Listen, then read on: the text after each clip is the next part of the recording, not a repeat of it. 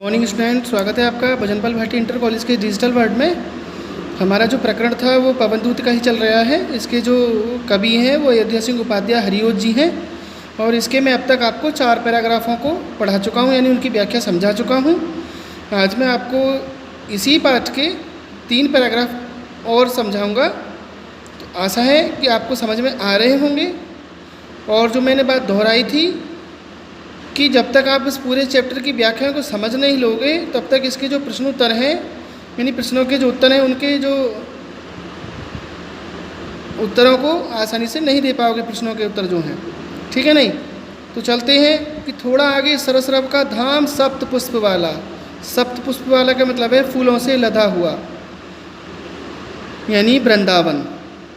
रव माने ध्वनि हो गया, सरस माने मधुर हो गया, रस से युक्त। इसमें श्रीमती राधिका जी ने वायु को अपनी संदेश वाहिका बनाया है और कह रही हैं, उसे समझा रही हैं कि जब तू थोड़ा आगे बढ़ेगी तो तुझे फूलों से लदा हुआ सुंदर वृंदावन धाम मिलेगा और उसमें पक्षियों का मधुर संगीत गूंजा करता है, यानी गूंजता हुआ मिलेगा। अच्छे अच्छे बहु द्रुम लतावान सौंदर्यशाली, सौंदर्यशाली यानी सुंदर।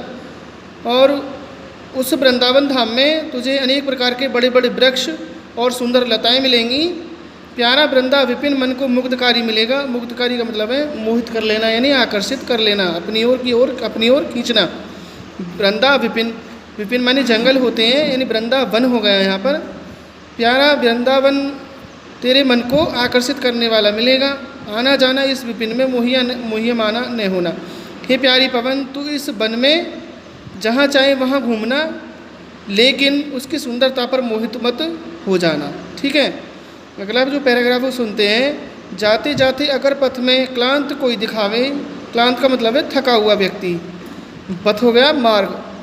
हे प्यारी पवन, यदि मार्ग में कोई थका हुआ व्यक्ति तुझे दिखाई दे तो जाके सन्निकट उसकी क्लांतियों को मिटाना। सन्निकट का मतलब हो गया उसके बिल्कुल पास जाकर के क्लांतियों को, उसकी थकान को, तो उसके पास जाकर के उसकी समस्त थकान को दूर कर देना। धीरे धीरे परस करके गात उताप खोना। गात होता है शरीर और उताप होता है उसकी गर्मी।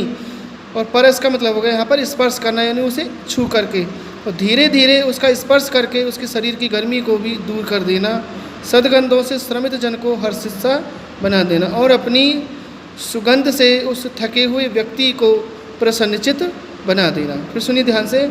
हे प्यारी पवन, यदि मार्ग में कोई तुझे थका हुआ व्यक्ति दिखाई दे तो उसके पास जाकर उसकी समस्त थकान को दूर करना और धीरे से उसका स्पर्श करके उसके शरीर की गर्मी को भी दूर कर देना और अपनी सुगंध से उस थके व्यक्ति को प्रसन्नचित बना देना। एक पैराग्राफ और सुनते हैं। लज्जाशीला पथिक महिला जो कहीं दृष्टि आए। हे प्यारी पवन, यदि कहीं लज्जाशील स्त्री तुझे मार्ग में दिखाई दे, होने देना विकृत वसना तो ने तू सुंदरी को। विकृत का मतलब है तहस नहस कर देना, यानी उड़ा देना, बसना उसके वस्त्रों को।